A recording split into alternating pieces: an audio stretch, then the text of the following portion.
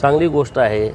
देवाचे आभार मानले पाहिजेत की ज्यांना कधी आंदोलनाची सवयच नव्हती, ज्यांना फक्त लुटायचं खळं माहीत होतं. शेतकऱ्यांचं खळं महाराष्ट्रामध्ये सगळ्यात लुटलं कोणी तर रोहित आणि रोहितच्या आजोबांनी. शेतकऱ्यांना गोळ्या घातल्या कोणी? आजोबाच्या सरकारने.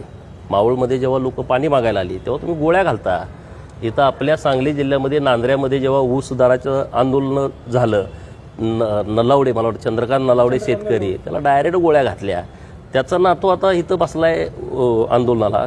रोहित पवारला माझं आव्हान आहे की जोपर्यंत साखर कारखान्याने FRP दिलेली नाही, ती FRP जोपर्यंत शेतकऱ्यांना मिळत नाही तोपर्यंत त्यांना उपोषणाला बसलं पाहिजे, अन्नत्याग केला पाहिजे.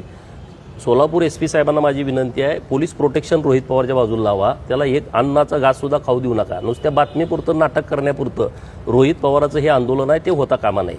त्याला 11 दिवस 15 दिवस जोपर्यंत शेतकऱ्याची FRP मिळत नाही, कारखानदार हेच आहेत, ते सगळी FRP जोपर्यंत मिळत नाही तोपर्यंत ह्याचं उपोषण चालू राहिलं पाहिजे.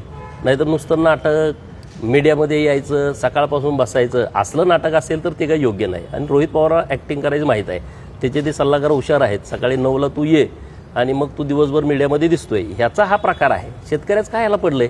कारखाने सगळ्यात जास्त दाबले कुणी? रोहित पवारांनी. कुणाचे कारखाने आहेत? शेतकऱ्यांचे. सभासदाच्या फीमधून उभारलेले कारखाने 6 कोटीपासून ह्यांनी ढापलेत. 100-100, 200-200 कोटीचे कारखाने. कशाला रे तुम्ही हे नाटक करताय?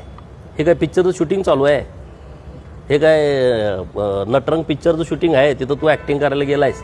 आणि मला सामान हा बसला पाहिजे तिथं. लोक रोज ह्यांच्या विरोधात आंदोलन करत होती. बसू द्या ना याला महिना 2 महिने.